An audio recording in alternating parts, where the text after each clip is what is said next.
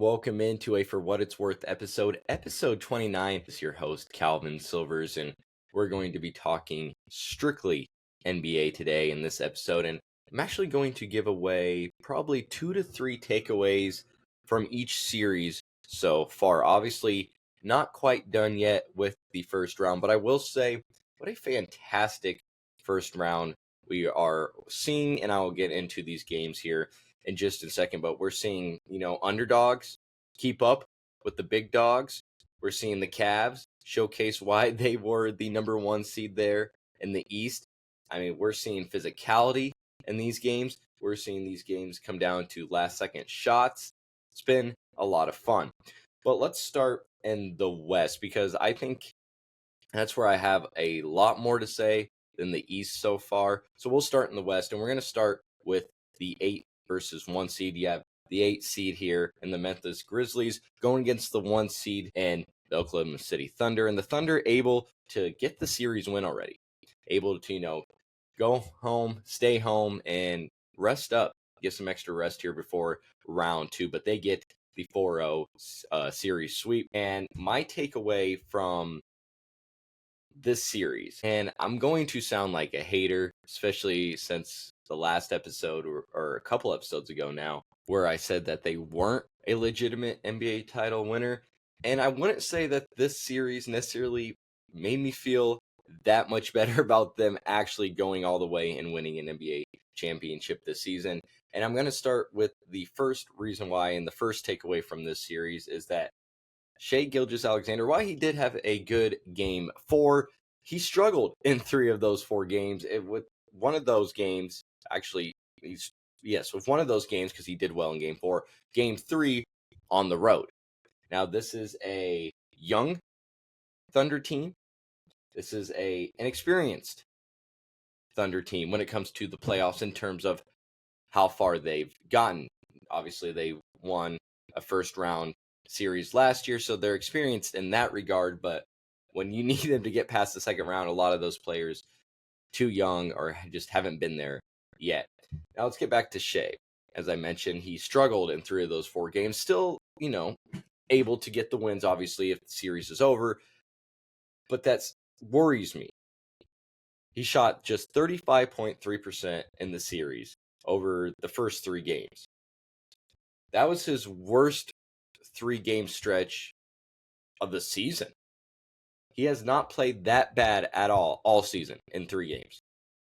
And now you want to start performing like that come playoffs, especially in the first round. Now, I get maybe second, third round. You're going against better defenses, better teams. You're a little more tired, this and that. I can understand. Maybe a little drop off. The fact that this is coming in the first 3 games of the playoffs against the Grizzlies, a little worrisome there.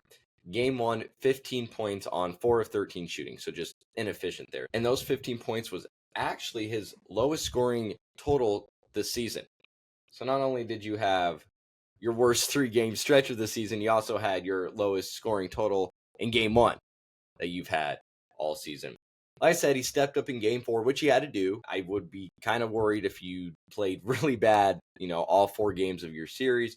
But in a game that, an elimination game, send the team home and go get your rest, he stepped up and did it. But there needs to be some kind of asterisk there because Ja Morant didn't play in that game 4. In fact, this team, as I mentioned, dominated at home. Plus 70 scoring margin combined in games 1 and 2. Expected as the 1 seed. But then again, I'm bringing up the youth and the inexperience. The times that you really struggled, not even just Shai, but just as a team. Now, I know they came back from 29 points down, but the fact that as a team, you couldn't put this team away that you're way more talented than, and they were missing Ja Morant in game 4 and half of game 3. You couldn't put that team away easier? I get you're on the road, but come on, this is Memphis. You're the number 1 overall 1 seed here in the Thunder. And this wasn't even against a battle-tested, Memphis Grizzlies team. Now, I understand sometimes, like the Warriors fall to 7th or something, battle-tested teams that have playoff experience, all-star players, this and that. But Memphis is not that. In fact, they didn't even make in the in 3 years. They made the playoffs 2 of those 3 years, got bounced first round. Like I said, last year, they didn't even make it. So you're struggling on the road against a team like Memphis that is not battle tested. I get it. They came back down 29. But the fact that you even went down 29 and you had to have a historic comeback, you had to have John Morant get hurt, you had to have the Grizzlies go absolutely cold. I mean, John Morant had 15 points and 5 assists at the time he had to go out. Game 4, only a 2-point win. It's a little worrisome. And you can't even argue the fact that, oh, well, Calvin, it shouldn't matter because they're the 1 seed, so they're going to have, home court advantage through all series. Well, look at last year. They were the 1 seed, got bounced second round to the Mavericks. So I can't even really rely on that all that much either. Now, here's my second takeaway. Despite Shea struggling, and I mentioned this in the podcast episode a couple weeks ago, that I didn't think they were legitimate enough to win an NBA championship because I was afraid of who's that second person. Who was going to step up with Shea? That was my biggest question. You needed someone who was going to at least average 20.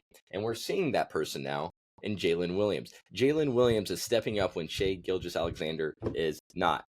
A first-time All-Star, averaging 25.3 assists in this series. He is exactly the secondary creation that OKC needs.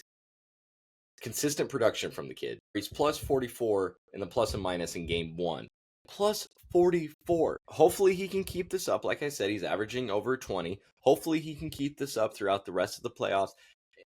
The shots just might not be as available or just might not be as much the rest of the way. Now, I know this team is good in defense and getting steals, but they scored 103 points off of turnovers in this series alone. I don't think they're going to get that many looks, that many opportunities to score off of turnovers against more disciplined, playoff experienced teams. So those are my 2 takeaways for that series there. Let's go ahead and jump to the 5th-seeded Los Angeles Clippers versus the 4th-seeded Denver Nuggets. Series is tied 2-2. This one's probably going to go to 7. I don't know. I said that Denver was one of those legitimate teams, so I'm going to rock with them. Now, of course, I said that before, their coach got fired and before this and that. The series is tied 2-2. I'm going to keep rocking with Denver here, but here's my first takeaway from this series. And my first takeaway is that when Kawhi is healthy, and I'm not saying this was a secret, but when Kawhi is healthy, he is almost unstoppable. He is giving Toronto Raptors Kawhi Leonard vibes. I mean, he's efficient when it comes to scoring at this point of the season because he missed half the season, injured, load management, this and that. But when it comes to playoff time and he's healthy and can play, he is unstoppable in scoring. In fact, I mean, I had to double check this because he seems to be injured all the time when it comes to playoffs, but he passed Paul George for 3rd all-time in a Clippers playoff for points. Over 900 points in just 32 playoff games for Kawhi. So already passing Paul George for 3rd all-time in Clippers history in playoff points. In game 2, 39 points on 15 of 19 shooting. I mean, that was an electric night. The guy could not miss. That's 78.9% from the floor. It does get more efficient than that. I mean, that's historically efficient. And not only that, in game 2, he had the clutch jumper, which I think, 55 seconds left, and then he got the steal on Jokic. So not only is he scoring at an efficient rate, at a high rate, at a unbelievable rate where he's only missing 4 shots out of, taking 19 attempts. He's doing all that, but he's also playing defense. He's also stepping up when it's clutch. 26.5 points average, 7.3 rebounds, 3.8 assists, 1.8 steals through those 4 games. And he's top 10 in playoff scoring so far. You want me to keep adding on to just how efficient and how amazing this is right now? He's also shooting 50% from the field in 3 of those 4 games. Just amazing. So when Kawhi is healthy, like I said, it's not a secret. There's no wasted motion. He's efficient. He's poised. He can play defense. He also, hurts opposing defenses. You don't want to guard Kawhi when he's healthy. Just that 2-way dominance. on the offensive, defensive end. I get it. Game 3, not his best night. He still had 21 points, though, and he had 11 rebounds. So he was getting it done on the boards there when his scoring wasn't as efficient. I did quotes there. If you're not watching, you couldn't see that, so I had to, let you know. But 21 points is not as efficient for him, and yet still getting it done. Let's go to my second takeaway from this, and I'm just worried about when it comes to the Nuggets. I'm worried about the depth for the Nuggets, especially with, Michael Porter Jr. dealing with his shoulder. You have Russell Westbrook dealing with his foot, and the fact that the Nuggets felt that they had to strictly rely, and it worked out for them in this game, but in the latest game, but you have to rely. It's kind of like the Lakers here, and I'll get to this in a second, but you had to rely on your starters, and so you put all five starters, 42 to 43 minutes in game 4 that they had to play. That's an unsustainable workload, especially if you're trying to make a run, especially if you're trying to go deep in the playoffs, because this Clippers team, like I said, this is going to go to game 7. And if you're going to have to exhaust yourself like that in just the first round, I don't know how much I like your chances the rest of the way. But as I mentioned, all 5 Nuggets played 42 or 43 minutes in game 4. Also, too, the Nuggets bench was out in game 3. They were outscored 24-5 before, some garbage time minutes kind of made that more, easy to look at per se with your eyes there. And then Michael Porter Jr., just his injury, it's really affecting him. He's not efficient right now. He doesn't look very good. He posted a minus 25 in the plus minus in game 3. And that was the team worst. So this injury is obviously affecting him. You're not even getting anything out of Russell Westbrook right now, who's just sitting on the bench. So they rode 4 starters the entire fourth quarter without subbing. Like I said, they got it done. I don't know how sustainable that is the rest of the way. So that is my second takeaway in that one, is the fact that I just don't know if I like the depth right now for the Nuggets. Now here's one that is absolutely a shock to me right now. Down 3-1. Series not over yet. We know LeBron and his 3-1, what he can do when he's down 3-1. So it's definitely not out of the question yet. You're going to get Luka, who was dealing with a stomach issue. So you'll hopefully get him back a little more healthy and a little more focused and not wanting to go home so early. But my first takeaway from here is that Anthony Edwards, and I had a friend, shout out to Chap if he's listening right now, who was trying to tell me that he doesn't believe Anthony Edwards, and I'm probably going to misquote him here, so I'm sorry, Chap, but that he's not a legitimate guy that can carry a team in the playoffs. Well, I think we're seeing it right now. He is legit. He's a franchise player. He's an all-star, whatever you want to call him. He's everything. He's everything plus more. And he's only 23 years old. Through 4 games, you ready for this? 29.8 points per game, 7.8 rebounds per game, 5.8 assists per game in those first 4 games of this series. He's 43.2% from 3. That's legitimate superstar production right there. He's hitting from beyond the arc at a very high rate. And not only that, game 4, clutch time, he showed up. Lakers up 10, right? Let me paint the scene for you. Lakers up 10 here. Edwards, back-to-back threes, hits a jumper, able to knock down 5 free throws that were crucial down the line. And he scored all 11 points to make it 99-95 with about 8 minutes left. So even in clutch time, he showed up. What more do you want the kid to do? That's what your all-star does. Now, even if he, is having an off night shooting, or even if he's not getting to the rack, it doesn't matter. His decision-making is mature beyond his years, and he doesn't force hero ball. He'll let the guys around him cook. 6 assists alongside 43 points. So, like I said, shows he's not playing hero ball. He's getting the double and sometimes even triple teams, but he keeps the ball moving. And then when you have someone like Naz Reid, who had 12 points, 8 in the fourth, DiVincenzo, he had 8 points. Jaden McDaniels has been stepping up. He had 16. So keeping the ball flowing, he's finding his guys because, like I said, he's drawing double, triple teams. Someone's open. And then you have guys like this around the perimeter, outside, whatever, hitting shots, knocking them down. He scores. And he also finds the open man.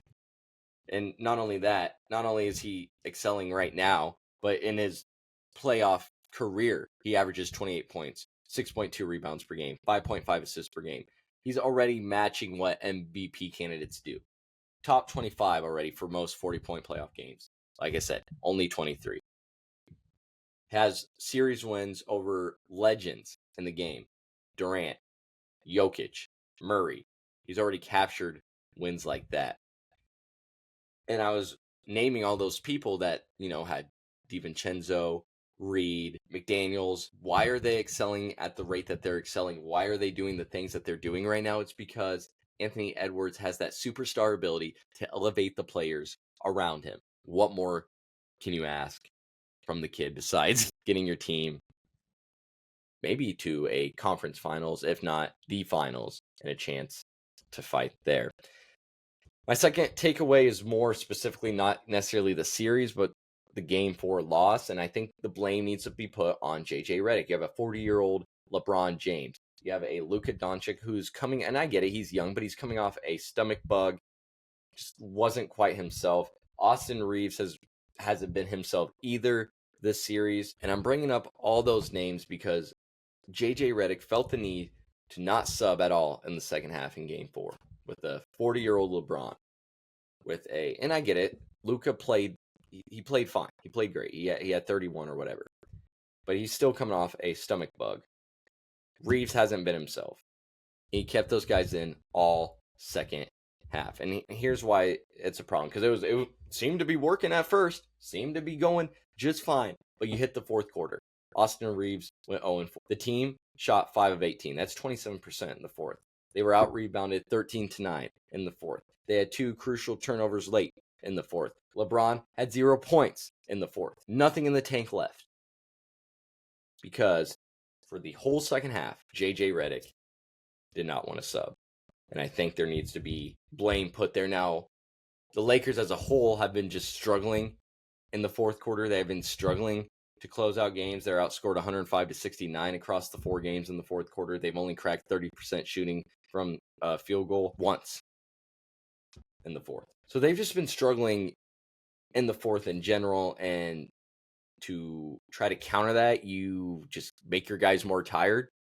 I don't know, it doesn't really make sense to me. So not only that, it proves that Redick doesn't trust his bench, especially the bigs who have just not been able to keep up with Rudy Gobert or Julius Randle. You can almost say that this is a rookie coach mistake. You're trusting your stars too much without managing their fatigue or matchups. I mean, this is the first time this has happened since stat tracking in 1997 that all starters played the whole second half. You can even say that was a costly mistake. I don't think he planned on it going that way, tried it out, ended up biting them in the ass in the fourth. All right, let's go to the East. Not much I want to say about the East, but I will say a few things here. It just probably won't be as in-depth as what we just saw there from the West. But let's start with Miami and Cleveland. I mean, Cleveland Cavaliers took care of business. One of the top, out of the top 4 seeds, 1 and 2 in the East and 1 and 2 in the West. I mean, they took care of business. They were the only top team to put away their opponent comfortably in 4 games. And you can't even say that about the Celtics. Now, I know the Celtics are, resting some guys, but the Cavs came out and proved it, that we are not messing around. We are the 1 seed for a reason, and here's why. And not only that, they didn't just win. They killed Miami, especially in the last game, Game 4, 138-83 win. That's the largest playoff win in Cavs franchise history. 4th largest win in NBA playoff history at, a 55 difference there. They outscored the Heat by 122 points across the 4 games. So just taking care of business. And that was even without All-Star Darius Garland. So even, so while Boston had some people out, the Cavs also had their All-Star out. But you have guys like Donovan Mitchell, DeAndre Hunter. They're hitting tough threes. You have others like Max Strus that are hitting the open looks. So you're hitting open looks. You're hitting contested looks. Everything's falling for you if you're the Cavs. 11 second quarter threes in game 2. That was an NBA playoff record. They were 22 of 45 from 3 in game 2. In game 1, they are 18 of 43 from 3. 8 Cavs players have shot 36% on 200-plus attempts this season during the regular season from 3. They can hit from anywhere, and especially when you're knocking down the threes, especially in playoff time, especially in today's age of the game, that makes you that more dangerous. And we were talking about the depth there for the Nuggets. Well, I'm not worried about the depth here for the Cavs. I mean, they ran an 8-man rotation in a closeout game. Didn't miss a beat. No one looked to, that they didn't know what they were doing or that they didn't belong out there. Inside out offense, strong transition play, elite 3-point shooting. This team can do some damage, especially against the Celtics if they don't want to start straightening it up. And that's where I'm going now. Orlando Magic, Boston Celtics again. Not much I really want to say, but I will say here that while the Celtics are resting players, so I'm not, necessarily worried. I do want to give a shout out to the Magic and how they're handling this. And Pinchero and Franz Wagner, they have been showing out. They're trying to show you that you can build a team around these two. Paulo, 29 points, 6 rebounds, 2 steals. His 32.3 points per game, 47% shooting from field goal, 47% shooting from 3. That ranks 3rd right now in playoff scoring, in all of playoff scoring. Wagner, 32 points, 7 rebounds, 8 assists, 2 steals, nearly a triple-double in their last game. He's 14th right now in average points in the playoffs. So those two also gave Orlando their first home playoff win since 2011. And not only that, they're young. Their lineup holds a plus 14.2 net rating in the series. They're young. They're gaining some moral, victories, some confidence through this. And they also have 4 picks in June, 16, 25, 46, and 57. So they can only get better. Bucks and Pacers, again, when your coach is Doc Rivers, when Damian Lillard is out and was never really fully 100% in the series, and Tyrese Halliburton is showcasing why, or maybe that he's not overrated. I mean, it's gonna. I don't know what else you want me to say. The Bucks weren't gonna win this one because of all those things. But not only did the Pacers likely, because it's not over yet, but not only did the Pacers likely end the series and the season for Milwaukee, but they also ended the era most likely of Dame and Giannis in Milwaukee. I'm hoping to make an episode over that here in a bit of just maybe some moves in the offseason, but I really do think that Giannis's time in Milwaukee is probably coming to a close. I mean, what else do you want him to do? He already won him a championship. There's not much else for him to do there. So we'll hopefully get to that down the road. Pistons, Knicks, not much I want to say there besides the fact my only takeaway is that was a foul on Tim Hardaway Jr. I get about letting everyone play physical. I'm all about letting teams play physical to an extent, in the playoffs. I don't think that the game should be decided by one call, but that was a pretty blatant foul. Shooting, everything, you got to call that in that instance. And you probably did notice I did not mention the Warriors and the Houston Rockets game. That's because as I'm recording, that game's going on right now, so I don't want to talk too much about takeaways because I have this game to catch up on. But I will say the fact that Jalen Green has not been consistent, it's not good for the Rockets, because if he can play at a high level, that team is also very, very hard to beat. All right, that was all my takeaways so far of the first round of the 2025 NBA playoffs. Definitely some shockers there. I can't believe it. And the fact that Minnesota's leading 3-1 over the Lakers. Like I said, the underdogs hanging with the big dogs. You also have seen historic performances in the Cavs, and it's just been, and Thunder coming back from 29 points down. It's just been a great opening round. As mentioned at the beginning, if you haven't already, just go ahead and pause the video and follow us on X and Instagram. We're at FWIW Sports Pod on X and Instagram. We're also on TikTok at FWIW Sports. Go ahead and subscribe, favorite, do whatever you can on YouTube and also on Spotify. Go ahead and give us a 5-star rating, thumbs up, and send the link to all your friends and family. Well, until next time, have a good one. I am your host, Calvin Silvers.